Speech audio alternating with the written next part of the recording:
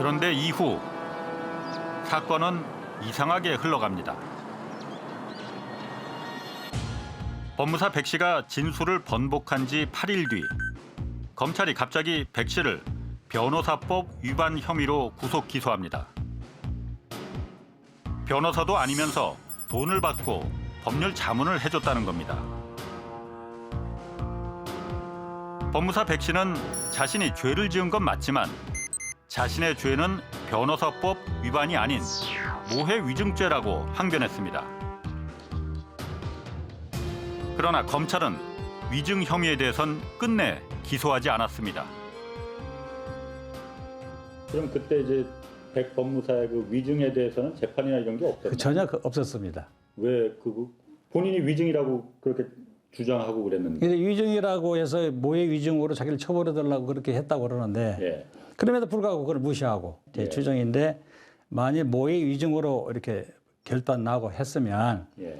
아까 정대택 씨가 처벌받은 예. 이 강요랄지 또는 뭐 사기 예. 또 이런 부분이 모든 것이 뒤집어지지 않습니까 결론적으로 그걸 갖다가 유지하기 위해서 지키기 위해서 검찰에서는 모해 위증으로 기소를 할 수 없었던 걸로. 해당 법무사가 자신이 위증했다고 그러지만 자백은 하지만은 그 자백이 왔다 갔다 했기 때문에 믿기 어렵다 이렇게 판단했을 수도 있습니다.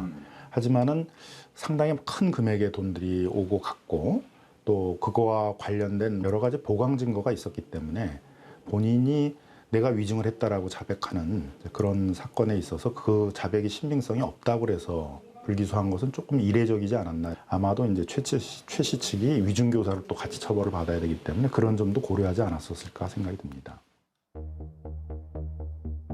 법무사 백 씨는 변호사법 위반으로 구속된 상태에서도 일주일에 한 번꼴로 탄원서를 올렸습니다.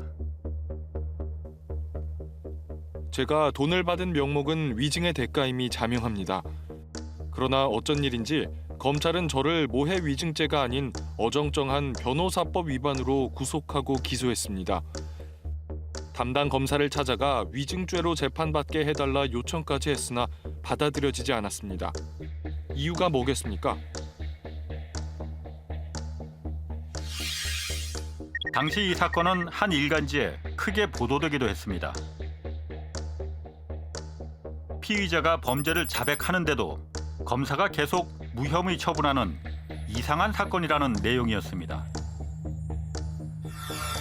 당시 판사는 위증이 있었는지 따지고 싶어도 검찰에서 기소를 안 했기에 재판에선 아예 다룰 수 없었다고 말했습니다. 결국 법무사 백 씨는 변호사법 위반으로만 2년 실형을 선고받았습니다. 그럼 100만 여기서 위증죄가 되면은 셋이 다 위증이 거짓말 재판이 뒤집어지는 거죠. 1심 재판이. 예, 이게 어떤 재판이든 다 뒤집어져야지. 그럼 그때 기대를 많이 하셨었겠네요, 그러면. 했죠. 많이 했죠. 많이 했죠. 그러나 이걸로도 끝이 아니었습니다. 최 회장은 법무사 백 씨에게 줬던 현금과 가락동 아파트는 빌려준 거였다며 다시 돌려달라고 소송을 겁니다. 법원은 현금 2억 원은 돌려줄 필요가 없지만 아파트는 김건희 씨에게 돌려주라고 판결을 내렸습니다.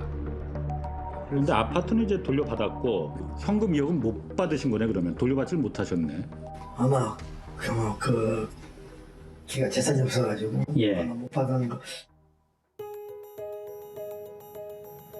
법무사 백 씨는 출소한 뒤 얼마 지나지 않아 암으로 사망하고 이후 유가족은 종적을 감췄습니다.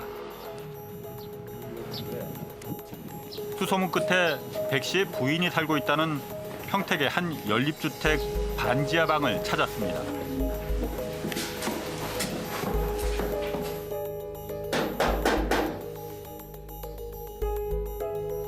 계세요?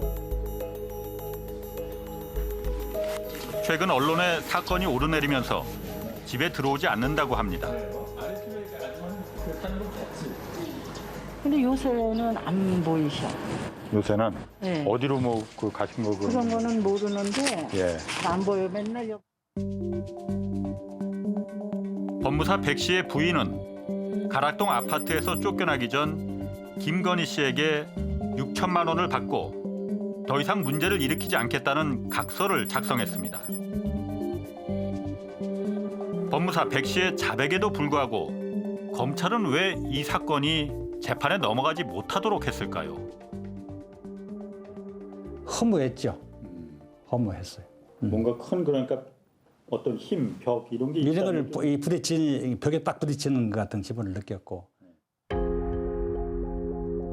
백 씨는 범죄 자수서에서 최 회장이 자신을 뒤에서 봐주고 있는 검찰 고위 간부가 있다 이렇게 말했다고 진술한 바 있습니다. 흔히 이 검찰은 힘이 세다, 뭐 검찰은 권력이 강하다 이렇게들 많이 말합니다. 죄가 있는지 수사해서 감옥에 보낼 수 있으니 뭐 이렇게들 얘기하는 거겠죠. 그런데 이 검찰의 진짜 큰 힘은 죄를 지었어도 이걸 아예 재판에 넘어가지 않게 할 수 있는, 다시 말해서 기소권을 독점하고 있다는 데서 이 검찰의 진짜 힘이 나오는 거거든요. 그러다 보니 유검 무죄, 검찰이 뒤에 있으면 있는 죄도 없어진다. 이런 비아냥 섞인 말이 그래서 나오는 겁니다. 제일 강력한 거는 혐의 없음 결정을 해서 이건 죄가 안 된다 라고 해서 사건을 종결하는 그런 파워 이런 것도 다 있는 거죠. 그래서 그런 엄청난 재량을 어떻게 행사할 것인가 이거는 사실은 법원 가기 전에 상당 부분은 결판이 나는 거죠. 수사를 하는 주체하고 기소 여부를 결정하고 기소 소추를 추진하는 주체가 별도로 있다면 말이죠. 그런 식으로 얼버무려 덮는 게 구조적으로 어려워지는 거예요. 윤석열 총장이 늘 강조해 온 것처럼 법과 원칙이 힘이 있는 사람에게나 또 없는 사람에게나 똑같이 적용되고 있는지 국민들은 묻고 있습니다. 그리고 검찰은 이 물음에 대해 답변을 내놓을 차례입니다.